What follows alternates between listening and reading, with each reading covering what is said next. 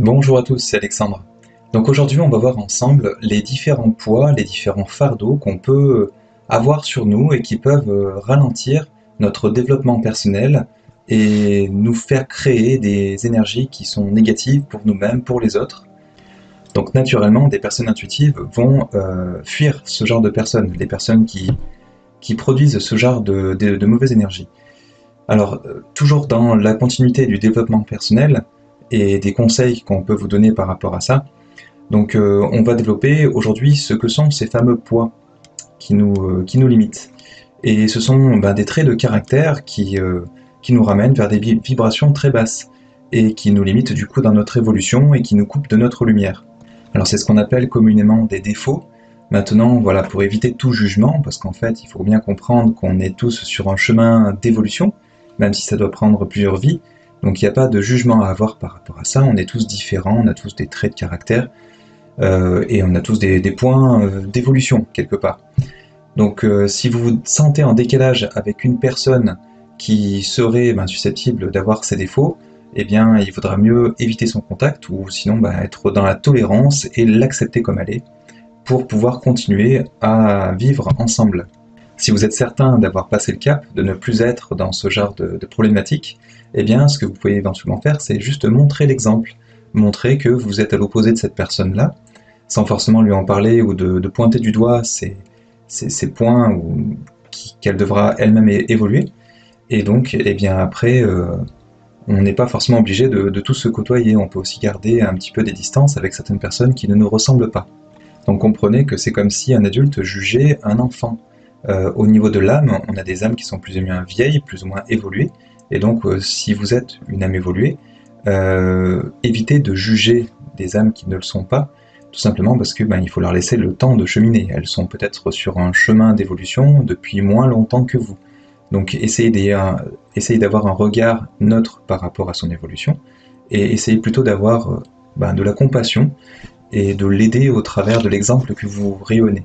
Alors dans les premiers traits de caractère à travailler, donc je vais citer donc du coup l'égoïsme.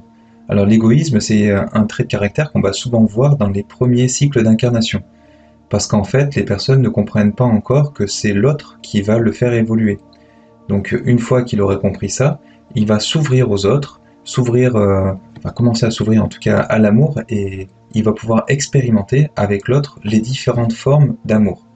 Alors souvent, ce sont des personnes qui ne sont pas du coup dans l'équilibre, parce qu'elles ont tendance à nourrir un peu trop l'ego. Et donc elles sont souvent isolées. À un moment donné, l'âme va comprendre que le fait d'être isolée, ça lui fait plus de mal que de bien. Elle va se sentir un peu opprimée et aura envie d'aller vers les autres, à un moment donné. Donc après, ou sinon ces personnes-là peuvent se forcer à le faire pour voir éventuellement ce que ça leur apporte d'être au contact avec les autres. Parce faut bien comprendre qu'il n'y a pas que des personnes négatives non plus. Il y a peut-être 10%, ou en tout cas des personnes qui nous sont potentiellement négatives, selon le profil de personnes qu'on est. Donc les personnes, il y a beaucoup plus de chances qu'elles nous apportent quelque chose, même si c'est quelque chose qu'on considère comme négatif, ce sera toujours une expérience, et toutes les expériences sont positives une fois qu'on en a compris la leçon. Donc il ne faut pas hésiter, en tout cas, à aller vers l'autre, à s'enrichir en vivant des expériences ensemble, en partageant aussi des connaissances et des expériences. C'est la meilleure manière, en tout cas, de gravir l'échelle, les échelons, au niveau de la lumière, de la spiritualité aussi, et qui nous font grandir. Alors un autre trait de caractère qu'il faudrait travailler, ce sera l'orgueil, pour les personnes qui sont orgueilleuses.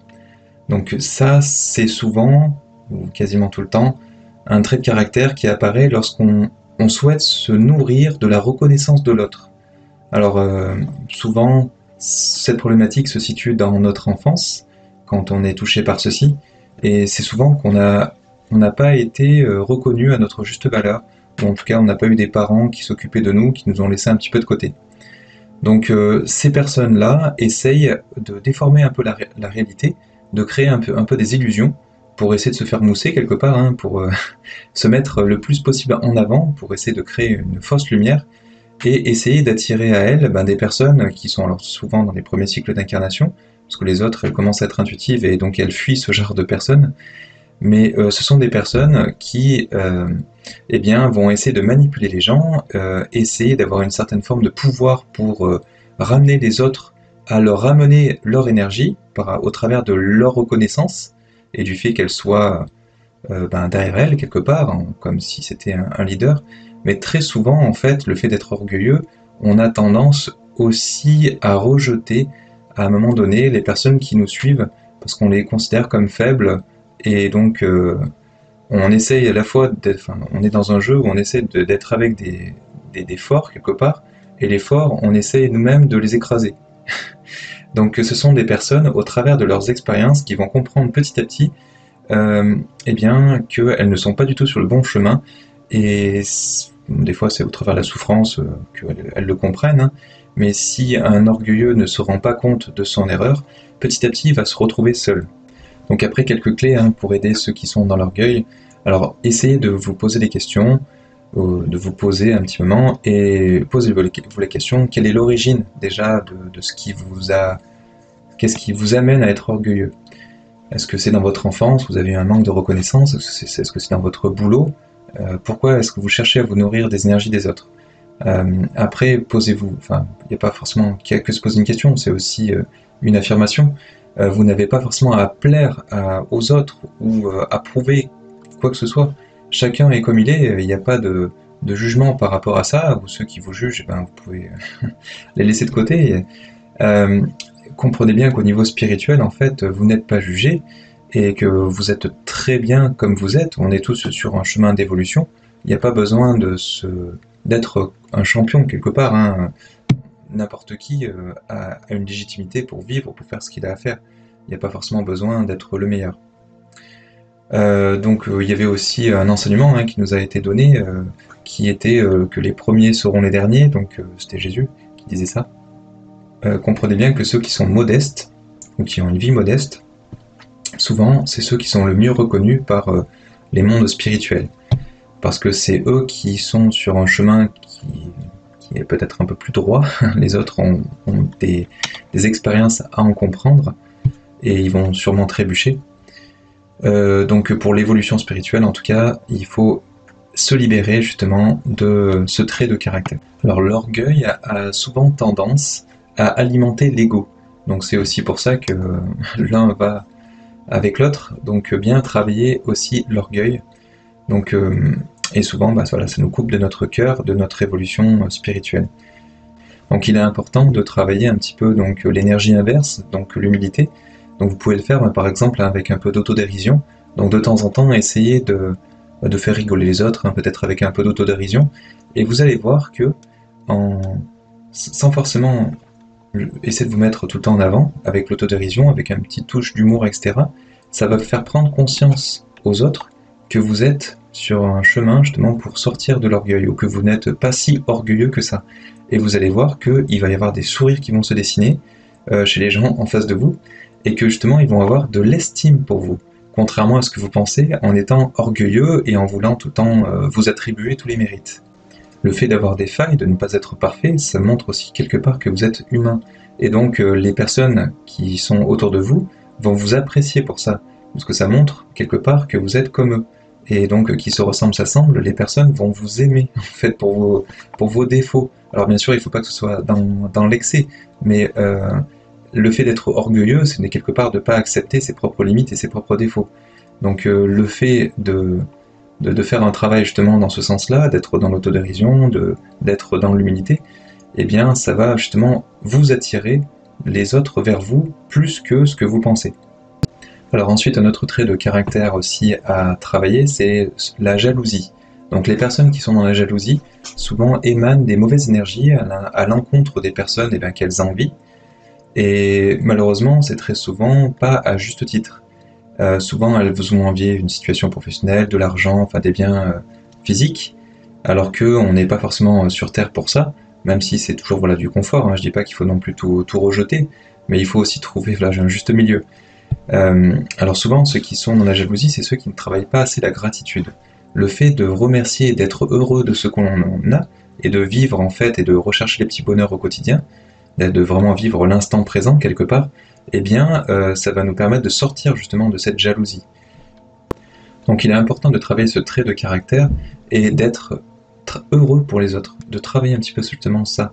C'est-à-dire que ben, si l'autre il a plus que moi, ben, tant mieux pour lui, quelque part ça va le rendre heureux, en tout cas on espère pour lui, et, et tant mieux, de toute façon ça va pas changer notre chemin de vivre, ce qu'on a à vivre. Donc si les autres sont encore plus heureux que nous, ben, tant mieux pour eux, c'est super. Et si ils sont vraiment si heureux et que quelque part vous les jalousez encore, dites-vous bien que si vous êtes plutôt dans des énergies bienveillantes et que vous allez plutôt le côtoyer en tant qu'ami, ou en tout cas pour essayer d'être en amitié avec cette personne que vous jalousez, eh bien, quelque part, cette personne-là va pouvoir, avec la lumière qu'elle émane, ou en tout cas ce qu'elle a en plus de vous, eh bien, elle va pouvoir vous le prêter, ou en tout cas vous enseigner, ou voilà, en tout cas vous partager avec vous ce que là en plus et que vous aimez et que vous appréciez vraiment beaucoup. Après, comprenez bien aussi que tout est équilibre. C'est-à-dire que si quelqu'un est plus dans la matérialité, il sera moins dans la spiritualité et inversement.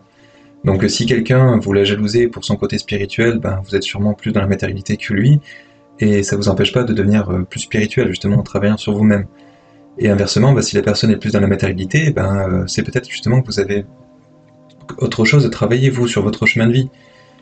Ou alors ben, peut-être que c'est juste un déclic, c'est-à-dire si vous jalousez temporairement quelqu'un, c'est-à-dire que c'est plutôt une envie quelque part qu'une jalousie, parce que la jalousie c'est plutôt quand on envoie des énergies négatives à l'encontre de quelqu'un qu'on jalouse, parce qu'elle a quelque chose de plus que nous. C'est plutôt ça. Donc le fait d'envier c'est encore un peu différent, le fait d'avoir des envies ou d'avoir des déclenchements d'envie, ça va peut-être nous amener justement à déclencher des choses sur notre chemin de vie. Donc à un moment donné, il va falloir peut-être qu'on travaille plus pour aller dans cette direction. C'est un peu comme un appel du cœur quelque part. Donc ça c'est un peu différent de la jalousie. Alors ensuite, évitez aussi de vous comparer par rapport à l'autre. C'est-à-dire qu'on est tous différents, on a tous un chemin de vie à faire qui est différent. Peut-être que dans une vie antérieure, vous avez été comme cette personne que vous jalousez, ou peut-être que dans une vie future, vous serez comme elle. Donc après, faut savoir être patient, et surtout ne pas se comparer aux autres. C'est-à-dire que vous, en fait, en jalousant l'autre, vous ne faites plus du tout attention à ce qui est positif chez vous, et qui vous rende heureux, alors que la personne en face que vous jalousez, elle a peut-être plein de points négatifs que vous ne voyez pas ou qu'elle ne laisse pas apparaître et que vous n'avez pas. Donc vous jalousez peut-être quelqu'un qui est dans une détresse, qui n'est peut-être pas bien dans sa peau, et c'est pas parce qu'on a des biens, des richesses, etc. qu'on est forcément heureux. Alors ensuite, un autre trait de caractère à travailler, et qui risque de nous bloquer ou en tout cas nous ralentir sur notre chemin d'éveil ou notre chemin spirituel, ça va être la paresse.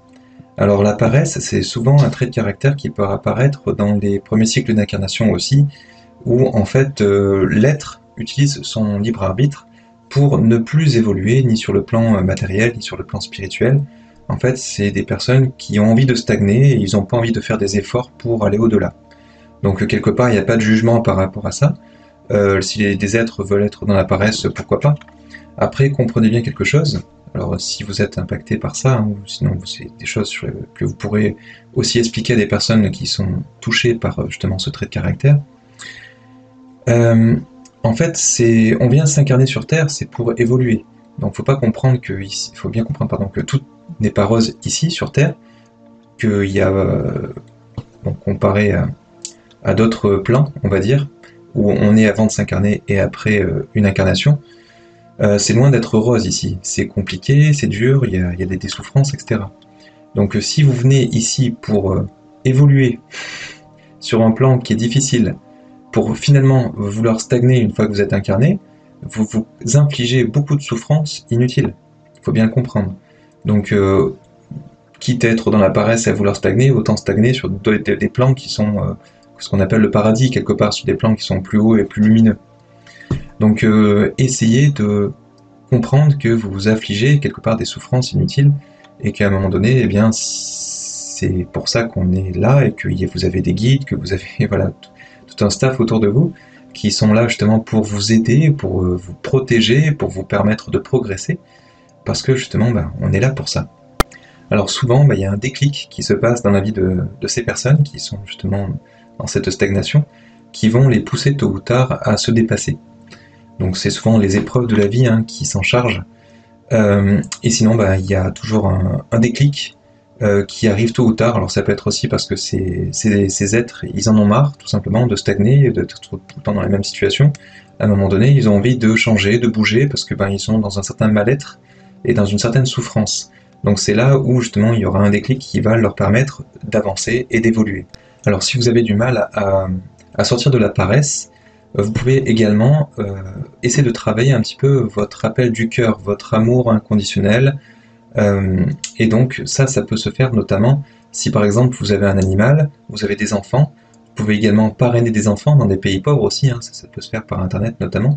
Donc le fait de faire ceci, eh bien ça va ouvrir votre conscience et vous n'allez plus vivre que pour vous, vous allez stagner, vous allez vivre pour les autres, vous allez comprendre dans quelle détresse certaines personnes sont, certains êtres, ça peut être des animaux qui sont dans des refuges par exemple, et qui sont en pleine souffrance, et le fait de vous dire que vous allez avoir un but dans votre vie justement pour aider des personnes qui sont en souffrance, ça va vous créer une source de motivation qui va vous permettre de sortir justement de cette paresse. Alors bien sûr, il faut éviter de le faire d'un seul coup, faut pas que ce soit trop brutal non plus pour vous, mais petit à petit, en fait, vous pouvez faire quelques actions dans ce sens-là. Ça peut être aider des personnes qui sont dans la rue, leur offrir un sandwich, ce genre de choses, et vous allez voir quelque part eh bien, le bonheur et la joie que vous allez créer avec des petits gestes simples, et donc après, cette compassion que vous allez avoir dans votre cœur va vous permettre d'avancer un petit peu sur votre chemin et de sortir justement de cet état de paresse.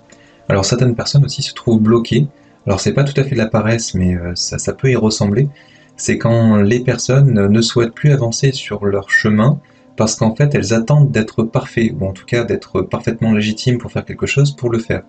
Ça c'est souvent un processus qui est bloquant pour beaucoup de personnes, mais comprenez bien que si on attendait que tout soit parfait, en fait on n'avancerait pas et on ne progresserait pas. C'est pour ça qu'on s'incarne, c'est justement pour vivre des expériences, parce que justement on n'est pas parfait, on a des choses à apprendre pour progresser, pour avancer. Donc n'attendez pas d'être parfait pour agir, c'est au travers de nos différentes expériences qu'on va se corriger et qu'on va se réajuster. Et si on trébuche, c'est là où on a quelque part une force, c'est de pouvoir se relever et de se dire on va continuer, on va y arriver. Donc c'est dans cet état d'esprit qu'on avance vraiment et qu'on arrive vraiment vers du mieux. Alors un autre trait de caractère aussi à travailler, c'est la critique ou le jugement. Alors souvent c'est des personnes qui ont tendance en fait à critiquer les autres et qui peuvent retrouver en tout cas en l'autre des traits de caractère justement qu'elles ont en elles et qu'elles ont à travailler. Donc des fois c'est parce qu'on ne s'accepte pas soi-même en fait, hein, tout simplement.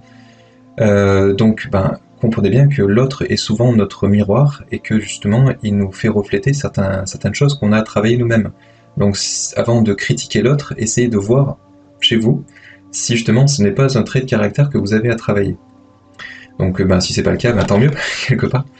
Et par rapport au jugement, comprenez bien que dans les mondes célestes, personne ne juge personne, on est tous sur un chemin d'évolution différent, donc il n'y a pas de jugement à avoir. Il y a juste des évolutions à faire, et pour ceci, on est aidé, on est guidé, et justement, chaque étape, quelque part, c'est une marche qui nous permet d'avancer sur notre chemin pour justement y arriver. Alors comprenez bien que être dans la critique ou le jugement, ça va générer des énergies qui sont néfastes pour nous et pour l'autre. C'était notamment Maître Philippe de Lyon, qui était un grand guérisseur du 19e siècle, qui le disait, et qui faisait très souvent des séances en public, et qui montrait les effets que pouvait avoir en fait le fait de ne pas critiquer ou de ne pas juger. Alors comment ça se passait? Tout simplement en fait, il apposait ses mains sur une blessure ou sur un handicap de quelqu'un. Des fois c'était même des handicaps que la personne avait eu toute sa vie. Et donc elle demandait tout simplement à la salle, à toutes les personnes présentes, de ne pas juger, de ne pas critiquer pendant tant de temps. Alors suivant ce qu'elle guérissait, cette personne, ça allait agir plus ou moins puissamment. Si par exemple, pendant 2-3 jours, l'ensemble de l'assemblée ne disait pas de mal de qui que ce soit, n'était pas dans le jugement ni dans la critique, ça allait permettre par exemple de faire un miracle. Donc c'est pour vous montrer à quel point l'énergie qu'on va générer, parce qu'on se coupe de nos énergies négatives, on va pouvoir ensuite, avec les énergies positives, les canaliser et potentiellement amener vers des guérisons. Donc ça c'était en passant bien sûr par un grand guérisseur. Mais sinon c'est juste pour expliquer que on génère très souvent des énergies négatives à l'encontre de l'autre et à l'encontre de nous-mêmes en critiquant l'autre.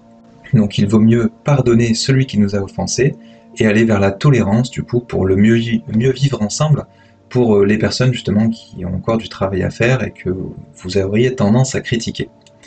Donc il faut bien comprendre que l'autre est là aussi pour nous faire avancer, c'est-à-dire qu'on va peut-être critiquer des personnes parce qu'elles nous mettent un peu des bâtons dans les roues, mais c'est avec ces fameux bâtons dans les roues que, et c'est aussi comme ça qu'on l'a programmé avant notre incarnation, qu'on a prévu justement d'évoluer. Donc comprenez bien que ça fait partie de notre chemin de vie.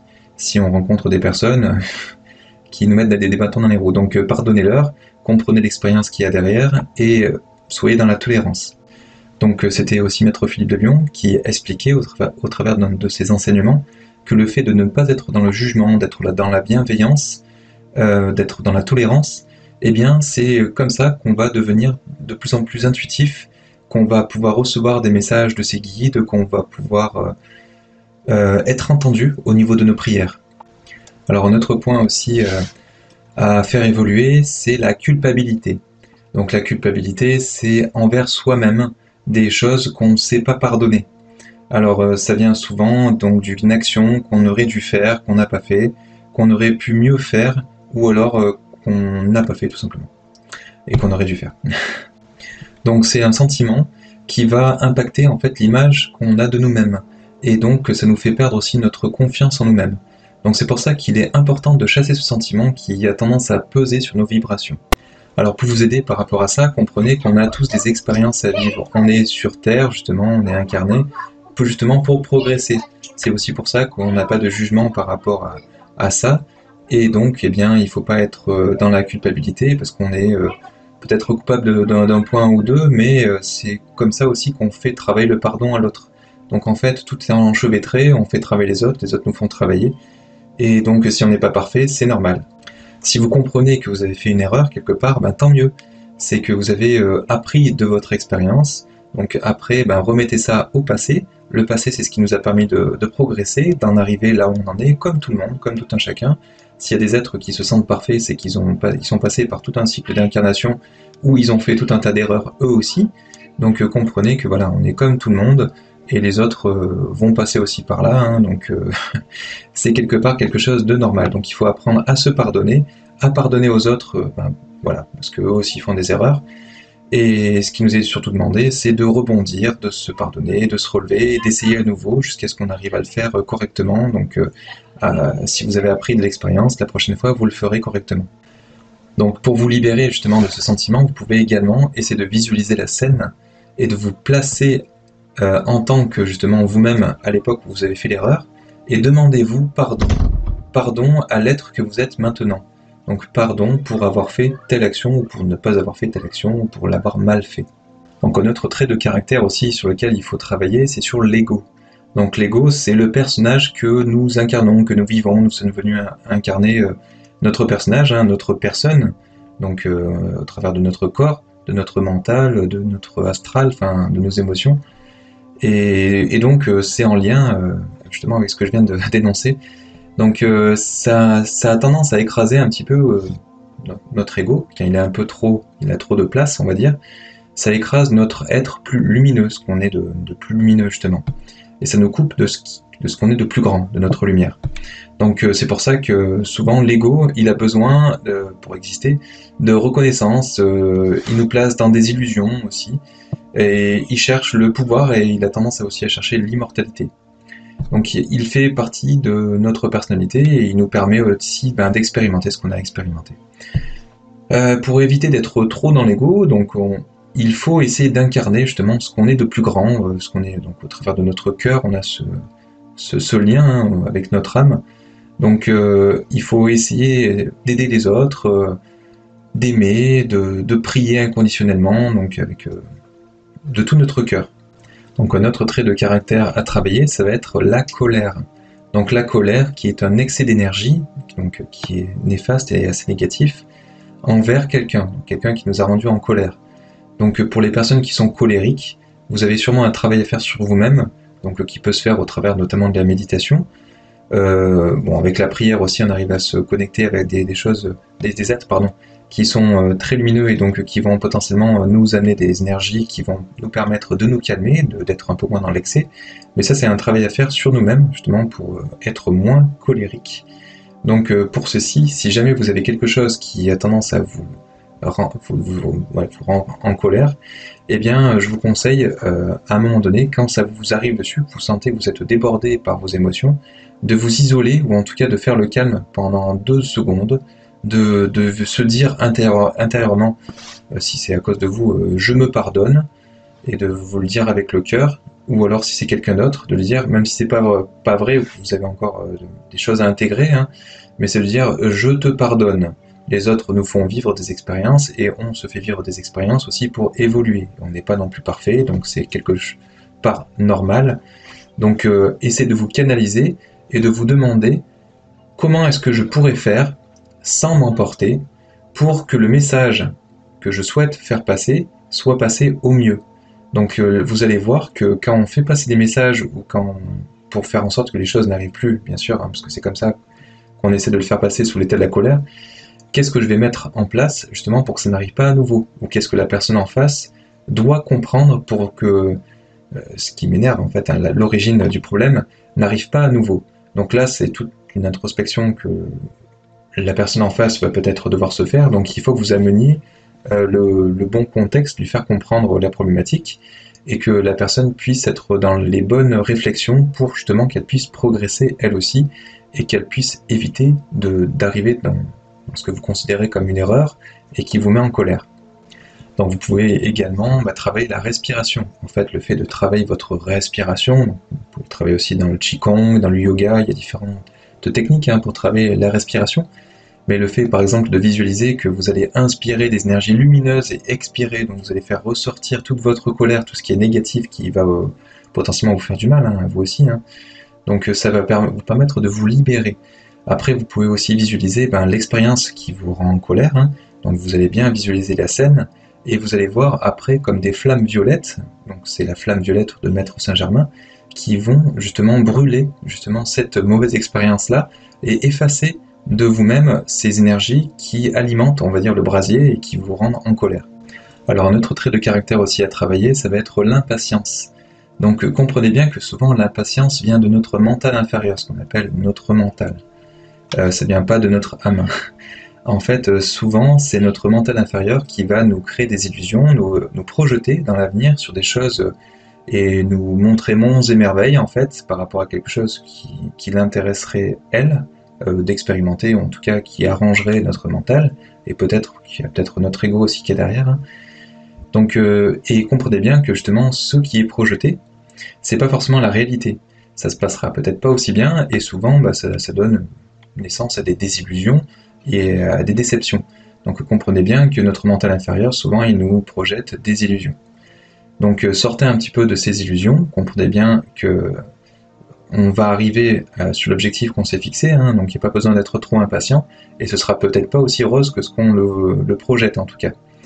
Donc comprenez bien qu'on a plein d'étapes pour arriver au final à un objectif, donc souvent on est impatient parce qu'on a un objectif en tête, et comprenez bien que il faut vivre l'instant présent, tout simplement parce qu'en fait, au quotidien, pour arriver justement à votre objectif, eh bien, il y a tout un circuit qui se déroule en fait sous vos pieds, que vous êtes en train de vivre en fait au quotidien, et qui est lui aussi très beau. Et en fait, dans chaque expérience, chaque grande expérience que vous allez devoir vivre, il y a plein de petites expériences, et chaque petite expérience est à la fois très instructive, et aussi est à la fois source de plaisir et de bonheur.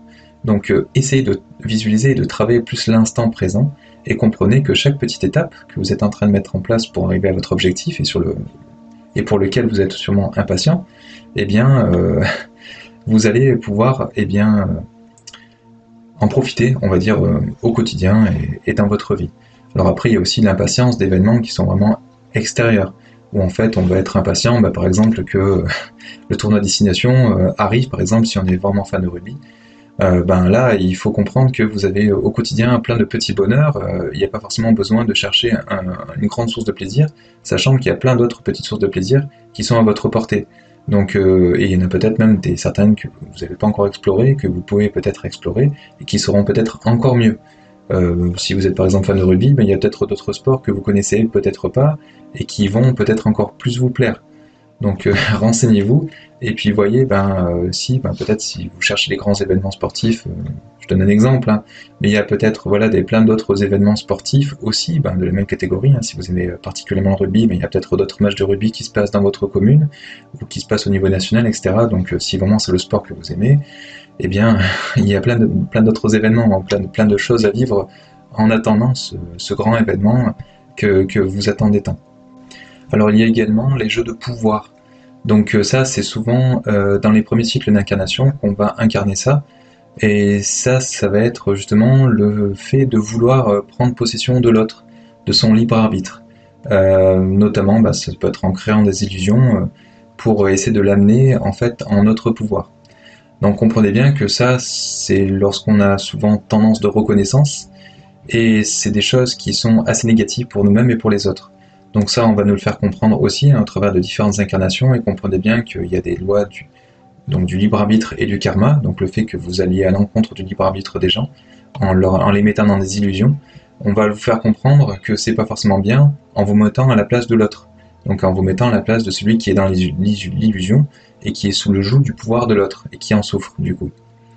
Donc comprenez bien qu'il y a des notions de karma. Les karmas, c'est pas forcément quelque chose pour nous punir, hein, c'est des choses qui vont nous permettre d'apprendre en fait, de progresser sur notre chemin spirituel et d'amour. Donc on va expérimenter différentes formes d'amour ou de non-amour pour justement arriver au final à comprendre les choses et à vouloir, si on le souhaite bien sûr, hein, et à s'élever en fait spirituellement et énergétiquement et au niveau de notre cœur. Alors un autre trait de caractère sur lequel on peut travailler, c'est les angoisses. Donc comprenez bien que les angoisses, c'est encore une fois une projection du mental inférieur qui va nous projeter et qui va nous montrer en fait des futurs potentiels qui nous seront néfastes. Donc comprenez bien que la plupart du temps, ce sont des illusions mais qui sont erronées et que les choses ne seront pas aussi pires que ça. Il y a aussi du positif dans chaque chose en fait, hein, et donc souvent quand on se projette dans des angoisses, on ne voit que le côté négatif des choses qui peuvent arriver. Mais dans les choses négatives qui peuvent arriver, il y a aussi une certaine balance, un certain équilibre, où il y a des choses positives qu'on ne voit peut-être pas d'ailleurs, hein, forcément tout de suite, mais qui sont là ou qui vont se présenter à nous et qui vont nous permettre de progresser, d'avancer. Donc pour ceci encore, soyez dans l'instant présent et vivez au jour le jour, déjà intensément, hein. Après, ça n'empêche pas de prévoir l'avenir, hein, c'est juste de ne pas être tout le temps dans la projection du futur. Soyez dans l'instant présent, de temps en temps, oui, pourquoi pas, on essaie de se projeter dans le futur, on voit si tout va bien aller pour nous, on met des choses en place pour que ça aille mieux plus tard, ok, ça c'est très bien. Par contre, ne soyez pas tout le temps dans des angoisses ou dans des choses qui vont arriver dans le futur. Et pour d'ailleurs que les choses se passent correctement, souvent il faut toujours une notion de lâcher prise, le fait de vraiment toujours se focaliser sur des choses qui sont potentiellement négatives, eh bien ça va potentiellement les créer.